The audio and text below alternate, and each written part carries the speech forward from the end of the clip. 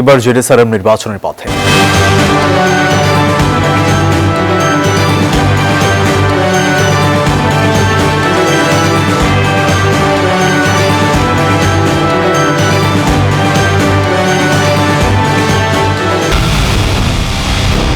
পুরো দেশের মুখে হাসি ফোটাতে নিজেকে হতে হয় স্ট্রং, আর মনোবল হতে হয় স্পার্ক জিরো। জেরুসালেম 25 বছরের পথ চলায় নিরাপদে রাখার প্রত্যয়ে। এবার কোনো পাতানো নির্বাচন হবে না বলে জানিয়েছেন প্রধান নির্বাচন কমিশনার।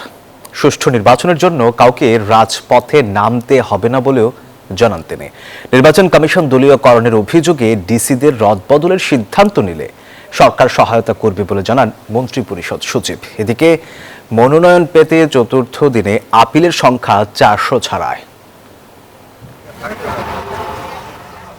আর মাত্র একদিন পর শেষ হচ্ছে প্রার্থিতা ফিরে পেতে ইসিতে আপিলের সময়। এরপর শুরু হবে আপিলের শুনানি। 4 দিনে আপিল করেছেন 4 শতাধিক মনোনয়ন প্রত্যাশী। আপিলগুলো বিশ্লেষণ করে দেখা গেছে অধিকাংশের তথ্যে গরমিল ও স্বতন্ত্র প্রার্থীদের 1% ভোটারের স্বাক্ষর জটিলতায় বাতিল হয়েছিল মনোনয়নপত্র। আমরা আশা করি যে এটা আমরা নির্বাচন কমিশন এ বিষয়ে একটা সদয় দৃষ্টি দেবে এবং আমাদেরকে নির্বাচনে অংশগ্রহণ করার সুযোগ দেবে। এই 1% নিয়ে রিটার্নিং অফিসার বললেন যে আপনার 3 জনের স্বাক্ষর হয় নাই। তো আমি মনে করি যে এটা একটা হয়রানি। যে রিকোয়ারমেন্ট অনুযায়ী সকল কাগজপত্র সঠিকভাবে জমা দিয়েছিলাম দাখিলের সময় মনোনয়নপত্র, কিন্তু ব্যাংক হিসাব যেই চাওয়া হয়েছে নতুন, সেটা অনাকাঙ্ক্ষিত ভুলবশত পুরাতন হিসাব দেওয়া হয়েছে। বৃহস্পতিবার সকালে আপিল বুথ পরিদর্শন করেন CCAMM নাসির উদ্দিন।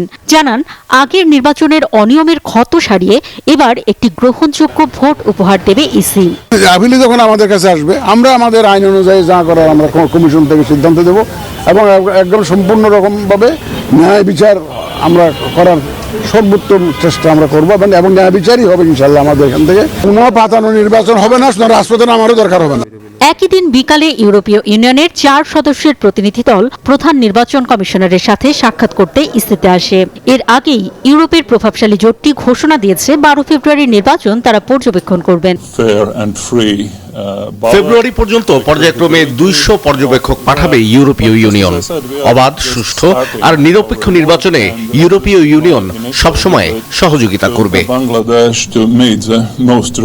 এদিকে সচিবালয়ে মন্ত্রিপরিষদ সচিব জানান, প্রশাসনের দলীয়করণ নিয়ে রাজনৈতিক দলগুলোর অভিযোগের বিষয়ে নির্বাচন কমিশন সিদ্ধান্ত নিলে তাদেরকে সহায়তা করবে মন্ত্রিপরিষদ বিভাগ। নির্বাচন কমিশন যদি কনভিন্সড হয়, তারা যদি মনে করেন যে রদবদল প্রয়োজন, তাহলে তারা বলবেন, তখন আমরা সেটা বিবেচনা করব।